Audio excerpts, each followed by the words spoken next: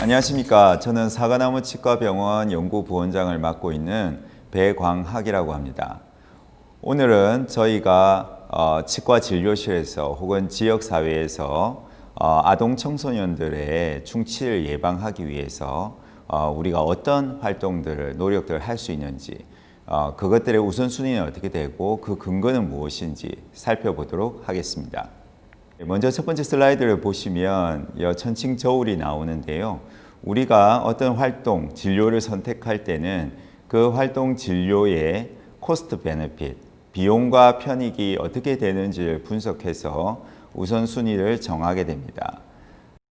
예방 진료 실식에 있어서 베네핏, 편익이라고 할 때는 얼마나 예방을 할 수 있겠는지, 그 예방을 통해서 환자나 지역 주민들이 삶의 질이 얼마나 향상될 수 있는지를 평가하는 것을 말하겠습니다. 코스트, 비용이라고 했을 때는 진료실에서는 진료 비용일 거고요. 지역사회 커뮤니티에서는 그 프로그램을 실행하는 데 들어가는 비용이 코스트가 될 겁니다. 그리고 또 하나 우리가 직간접적인 베네핏이나 코스트 해석될 수 있는 부분이 acceptability, 즉 수용도가 되겠습니다. 실제로 그 술식 자체가 너무 통증이 심하다든가 아니면 진료 인력이 그걸 수행하는데 굉장히 불편하거나 어렵거나 시간이 오래 걸리거나 했을 때는 이 술식을 우리가 받아들이기 어렵습니다. 그렇다면 역시 코스트 베네핏이 떨어진다고 볼 수밖에 없고요. 이런 부분들을 우리가 종합적으로 고려해서 비용 편익 분석을 잘 해서 우선순위를 정해서 실행하는 것이 필요하겠습니다. 먼저 치아후식증, 우리 충치라고 일반적으로 얘기하는 이 충치가 왜 중요한 질환인지 우리가 한번 생각을 해보겠습니다. 우리가 일반적으로 치아 건강을 잘 관리한다는 것은 치아를 안 뽑고 관리를 잘 한다라는 뜻이 됩니다. 그러면 치아를 오래오래 잘 유지하기 위해서는 치아를 뽑게 하는 질환들을 우리가 미리 차단하고 예방하는 것이 필요한데요. 이 그래프에서 보시는 것처럼 대개 30대 때까지 아동, 청소년, 청년기까지는 치아를 뽑게 되는 대부분의 원인 질환은 치아 우식증, 충치가 됩니다. 그래서 우리가 충치에 관심을 가지고 예방할 필요가 있고요. 지금 여기 제시된 데이터는 한국의 데이터지만 전 세계 각국의 우식증, 치아를 발과하게 되는 원인 비중으로서의 우식증의 비중은 대개 다 비슷합니다. 먼저 충치 예방을 하기 위해서 전문가들이 가장 많이 권하고 일반인들도 충치에 안 걸리려면 이걸 가장 중요하게 생각하고 해야지 라고 생각하는 것이 칫솔질과 치실 사용, 투스브러싱 앤 플로싱이 되겠습니다. 가장 보편적으로 알려져 있지만 사실은 칫솔질만으로는 충치를 예방하기가 어렵습니다.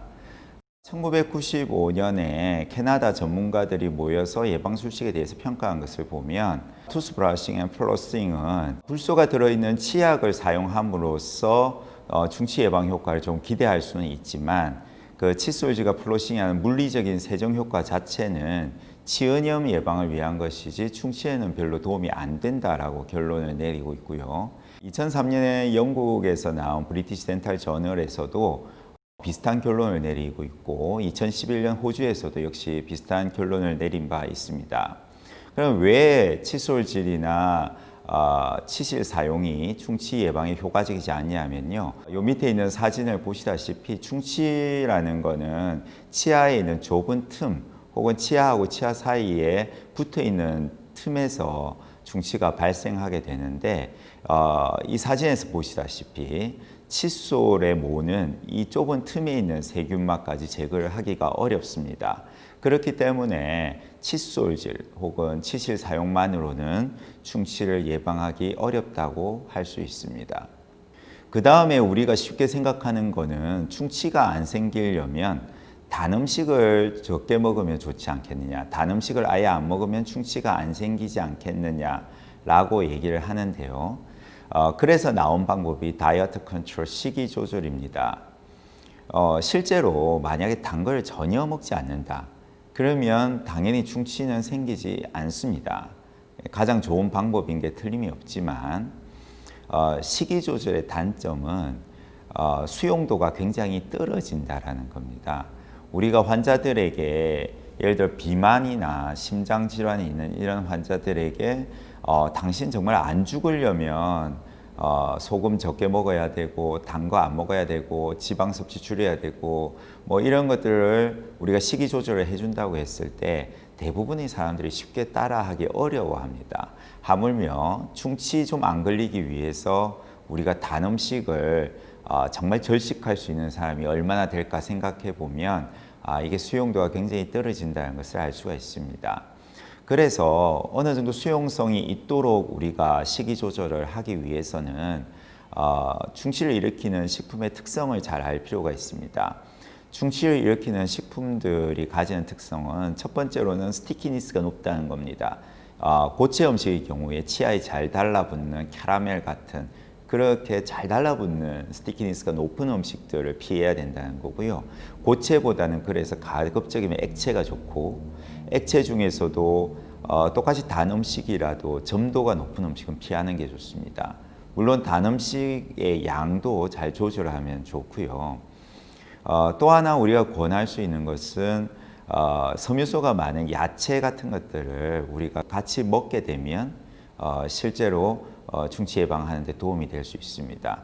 그래서 수용도를 높이는 다이어트 컨트롤 방법으로서 가장 중요한 것은 음식을 먹는 빈도를 줄이는 것이 가장 좋습니다. 그러니까 간식을 자주 먹는 게 아니라 하루에 한두 번 횟수를 줄이도록 하고 그렇게 하면서 가급적 입에 잘 달라붙는 음식 또 점도가 높은 음식은 피하도록 권장하는 것이 그나마 수용도가 가장 높은 다이어트 컨트롤 방법이라고 할 수 있겠습니다. 치과에서 가장 보편적으로 쓰이고 예방술식으로서 소아치과 전문의나 예방치과 전문의들이 가장 효과적으로 받아들이고 있는 술식이 실런트입니다. 실런트는 여기 사진에 보이는 것처럼 치아홈을 레진 같은 플라스틱으로 메꿔줌으로써 이 틈에서 충치가 안 생기게 하는 방법인데요. 프라이어리티, 우선순위라는 측면에서 보면 가장 문제는 이게 굉장히 비싸다는 거죠. 치과에서 할 수 있는 예방술식 중에서는 가장 비쌉니다. 한국의 예를 봐도 보험으로 커버되기 전까지는 보통 한 4만 원에서 5만 원 정도 치아 하나당 비용이 지불이 됐는데 최근에 우리나라에서 이제 보험으로 커버가 되면서 치아 하나당 1만 원에서 2만 원대로 줄어들긴 했지만 여전히 가장 비싼 술식인 건 틀림없습니다. 그리고 이렇게 치아 하나당 비용인데 실런트를 효과적으로 하기 위해서는 입안에 8개 이상의 치아를 해줘야 되기 때문에 전체 비용은 사실 만만치 않습니다. 그럼에도 불구하고 이 술식을 치과 의사들이 가장 선호하는 이유는 예방 효과가 굉장히 높기 때문인데요.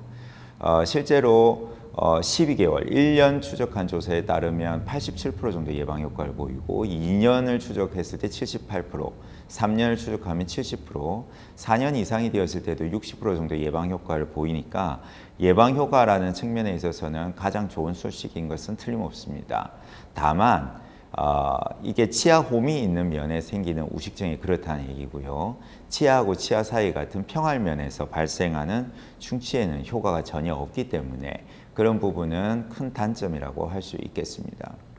실런트를 일반적으로 치과 의사들이 하면서 가장 어려워하는 부분 중에 하나가 치아가 깨끗하면 실런트를 그냥 하겠는데 거기에 초기 충치가 있는 경우들이 있습니다. 그때 실런트를 안 하거나 아니면 아예 레진 필링을 해버리는 경우들이 많은데요. 1995년에 미국의 저널 오브 퍼블릭 헬스 덴티스트리 실린 논문을 보면 5년간 추적 조사한 논문인데 굉장히 재미있는 결과를 볼 수가 있습니다. 무슨 얘기냐면 치아가 깨끗한 치아에다가 실런트를 했을 때 물론 5년 뒤에 충치 발생이 실런트 한 치아에서 더 적기는 하지만 일반적으로 실런트를 안 한 치아에서도 충치가 거의 생기지 않는 걸 볼 수가 있습니다. 근데 초기 충치가 있는 건강한 치아에서는 실런트를 하면 실런트를 한 치아에서는 10%밖에 충치가 안 생기는데 실런트를 안 한 치아에서는 50%가 넘게 생깁니다. 이걸 보면 우리가 건전한 깨끗한 치아에만 실런트를 하려고 할 것이 아니라 초기 충치가 있는 치아에 오히려 실런트를 적극적으로 하는 것이 필요하다는 것을 알 수가 있습니다. 그 다음에 우리가 유력하게 생각해 볼 수 있는 것이 불소 도포입니다. 일반적으로 많이 쓰는 방법은 이런 트레이에 불소 개를 담아서 도포해 주는 방법이고요. 1분에서 4분 정도 도포해 주면 우리가 예방 효과를 27%에서 36% 정도까지 기대할 수가 있습니다. 또 실런트보다는 상대적으로 매우 싸기 때문에 우리가 치과에서 잘 선택해서 할 수 있는 수식 중에 하나라고 생각할 수 있습니다. 요즘은 불소 겔보다는 이런 바니쉬를 많이 쓰고요. 바니쉬 같은 경우가 진료인 입장에서는 굉장히 좀 간편한 술식이기도 하고 방습이 그렇게 필요가 없기 때문에 요즘 많이 쓰이고 있습니다. 예방 효과는 겔 도포와 큰 차이는 없고요. 진료인의 수용도라는 측면에서는 바니쉬가 더 수용도가 높다고 할 수 있겠습니다.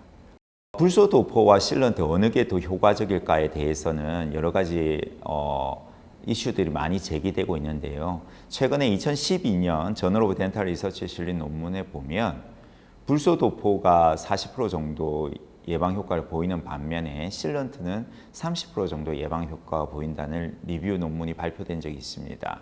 실런트가 효과적이긴 하지만 아까 앞에서도 얘기했듯이 비용도 높고 또 평활면에 대해서는 예방 효과가 낮기 때문에 불소 도포를 적극적으로 활용하는 것이 더 비용 효과적일 수 있다라는 생각을 해볼 수 있겠습니다. 지역사회에서 불소를 쓰는 방법도 여러 가지가 있는데요. 수돗물에 불소를 넣어서 하는 방법 같은 경우는 불소가 보편화되지 않은 1960년대 이전에는 예방 효과가 최대 70%까지 나타났었고요.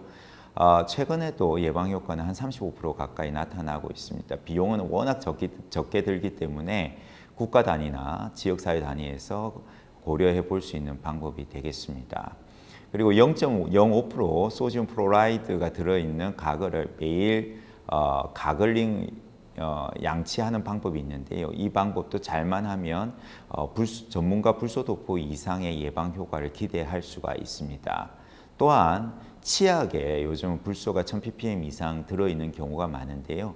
이런 불소 치약을 사용함으로써도 효과를 충분히 볼 수가 있기 때문에 저희가 아동 청소년처럼 충치가 많이 생기는 연령층에서는 반드시 불소가 1000ppm 이상 들어있는 치약을 사용하는 것도 좋은 방법이 되겠습니다. 지금까지 말씀드린 이 여러 방법들의 효과와 비용 편입, 수용도를 우리가 살펴보면 별이 많은 게 더 이제 높은 점수를 받는 부분이라고 생각을 하시면 되겠습니다. 여기 보시면 실런트의 경우에 효과나 수용도 측면에서는 굉장히 뛰어나지만 비용이라는 게 높기 때문에 비용 편익성 부분에서는 조금 불리한 걸 볼 수가 있고요. 불소 겔 도포나 불소 바니쉬 도포가 효과, 비용 편익, 수용도라는 측면에서 다 좀 무난하고 받아들일 만한 방법이 있기 때문에 진료실에서는 불소 겔이나 불소 바니쉬 도포를 우선적으로 고려해 보시면 좋을 것 같고요. 지역사회에서는 워터 플로리데이션이 가장 좋긴 하지만 워낙에 지역사회 수용도가 떨어지는 경우가 많습니다. 그렇다면 플로라이드 각을 하는 방법이 저희가 좀 권장할 만한 방법으로 생각해 볼 수 있겠습니다. 예, 이상의 강의를 들으면서 여러분들이 어떤 술식으로 아동 청소년들의 충치를 예방할지에 대해서 여러 가지 고민도 해보고 생각도 해보면서 들으셨을 텐데요.